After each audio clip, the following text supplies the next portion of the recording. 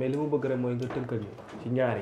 en mooy fait Sénégalais yi lan lañ mën a tenir fu mu toll nii ci sortie bi am mais lan lañ mën a sintu ji aussi ci li war a ñëw ci kanam. dama leen di féliciter d'abord yéen ñaar. mais lan lañ mën a sintu ji aussi ci li war a ñëw ci kanam. dama leen di féliciter d'abord yéen ñaar d'avoir commencé par le commencement. c'est-à-dire remettre faral di wax ni je ne peux pas avoir tous les talents et je ne peux pas être non plus sur tous les fronts moo tax c'est un bon commencement pour cadrer déjà ñu xam boo ko dégloo da ngay wax en français ordinaire il y a à boire et à manger nit mën na ci añ reer ci ndekki ci mais texte li mu def nii prise de parole am day niroog supermarché lu intéressé waay rek la fay génne ça pose la question de la sélectivité de la mémoire lu la intéressé rek ngay génne alors que le texte est vaste et englobant mais effectivement ku génne itam li nga bëgg génne dañ la koy nangul pour dire simplement que ni question bi ak prise de parole yëpp yi am dafa poser la question cruciale bi nga xam ni nekk dafa delloowaat pouvoir bi ci préalable yi moo di on a suscité des assises de la justice le résultat des courses moo di tey jii bu ma neexoon damay introduire comme Chirac paraphraser Chirac une fois parlant de démocratie en Afrique beaucoup en rond dans ce pays moo indi effectivement ces lenteurs et ces parle et accuse la justice. Il est arrivé que je le dise dans une de mes prises de parole. Il faudrait qu'on se batte pour ne pas dire que le pouvoir fasse un impératif. Réellement, nous sommes la justice au Sénégal, mbubbam. Mu mën a nekk une justice réellement libre et qui manœuvre librement. Le fond du problème nag moo di beaucoup de choses sont politiques et on peut les comprendre. Abdou Khadre Sank, tu étais écouté, mais j'avais l'impression que tu es dans un romantisme qui n'existe pas en politique. Li nga wax ni lu merveilleux la. C'est un monde merveilleux. Mitterrand dafa mës toog di waxanteeg benn journaliste bu tuddoon Yvon Amar. daal ni que vous posez des questions pertinentes. Prise de parole yu dox ngay def, mais vous êtes très naïf. Politique, c'est pas une histoire d'enfant de cœur ku mën sa morom duma la. Macky a montré l'exemple, Abdoulaye Wade a montré l'exemple, Abdou Diouf a montré l'exemple, Senghor a montré l'exemple. Ce pouvoir-là ne peut pas être l'exception. Moi, je me suis battu contre cette histoire qui voudrait que ñu wax ay appel à candidature parce que benn chose dafa am moo di quand Mohamed prend un pouvoir, Mohamed installe son administration.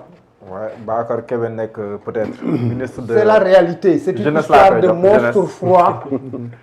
Seydou Gueye a existé dans un attelage gouvernemental, c'était un ami à moi. Jour ba ñu nommé Macky dama ñëw daal ni ko tu diras mais ma politique, mais comme je dis, je suis un observateur froid et qui donne ses avis. Nga ni ko fi nekk bërki dem lañ ko nommé. waaw barki dem lañ ko nommé waaw. Barki dem lañ ko nommé. Il a cessé d'être un citoyen ordinaire parce qu'il doit muer en monstre froid. Cette idée de monstre froid là fait que ni quelque part boo koy xayma ci affaire làmb da ngay wax ku mën sa morom duma la. kon génn ministre foofu la nga koy dugal. eggaguma ci ministre. ah kon yaa ngi ñëw. politique. waaw à tel point que fi mu nekk déjà il faut installer les chaises xam ni fi mu nekk c'est pas une histoire d'enfant de cœur. C'est une histoire de on nous a nommés pour gérer un pays pendant 1825 jours et on nous attendra au 1825e jour. Il va falloir présenter un bilan. Bilan boobu ñu war présenter war na tax déjà justice ñu libérer ko justice tolaat ay mbubbam justice fonctionner correctement. tey ji bootul problème d'histoire ay reddition des comptes problème d'arrière-garde la woon. parce que quand même ça fait 19 mois qu'on tourne en rond. tey ji problème yooyu dafa waroon nekk des problèmes d'arrière-garde. man dama pose nag une question quand je vois et entends certaines personnes par rapport à cette question-là. ñu indigné wu par rapport à la prise de parole du ministre de la Justice, garde des Sceaux. soxna Yacine Fall. Bira wax na que léegi il n'y avait pas personne mieux habilité qu'elle pour parler effectivement génn gindi nit ñi d'autant plus que nag ñi nga représenté moo di fi nekk la population. Dans ces demandes récentes dafa nekkoon déggatuñu Ousmane Sonko wax déggatuñu ministre war nañu wax. Procureur waragul wax juge waragul wax magistrat waragul wax parce que Farba quelque part effectivement Mbaye wax na ko il n'est pas encore lan nga expliqué woon ça. Il n'est pas encore condamné. Il n'est pas encore condamné.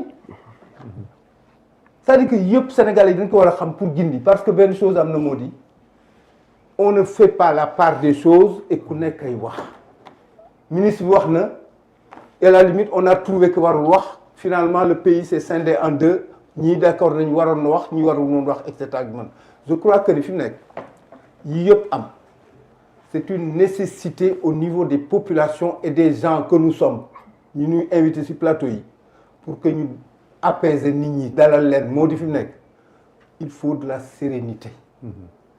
Ce pouvoir-là qu'on doit juger ce pouvoir-là qui est nouveau ce pouvoir-là d'enfants yoo xam ne ay xale lañu seen i moroom lañu je crois que ni fi nekk ni ñu koy waxee ci sëyu xale dañu war a gunge accompagner leen